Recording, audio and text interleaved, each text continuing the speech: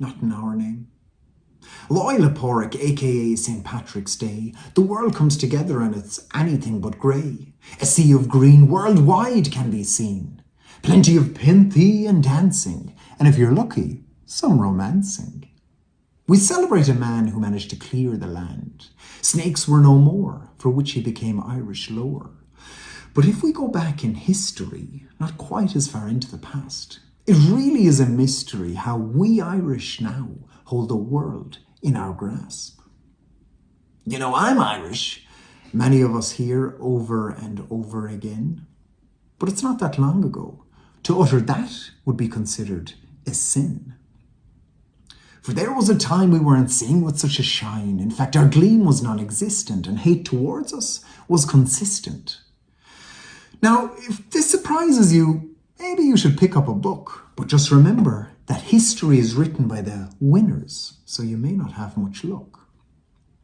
Dig deeper to learn of the disdain and discrimination. For many people who claim to be my relation, your ancestors hated this very nation. For around 800 years, darkness covered Old Erin's Isle, a darkness that wished us all into exile.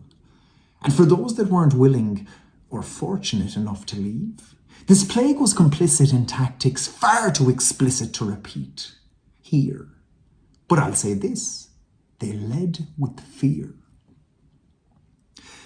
From the rivers to the sea, we Irish couldn't simply be. Always watching the waters or fearing the oncoming ocean breeze, for with it came those who weren't in our favour. But sure, look, we also couldn't choose our neighbour. Taken from us repeatedly was our land, lives, food and culture. This coloniser is akin to a vulture, stripping the flesh right down to the bone, profiting off the fact they forced us to pay rent on our own homes. The very day you're celebrating could so easily have ceased to exist if it wasn't for those brave souls that kept our identity alive under the cover of darkness and who would strive to persist in spite of the self-appointed hierarchy not even a mother could miss.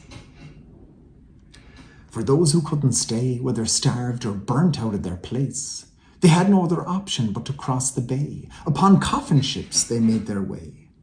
Once they landed, it wasn't to live the dream, but to endure more hardship. They were met with the quip, no blacks, no dogs, no Irish need apply.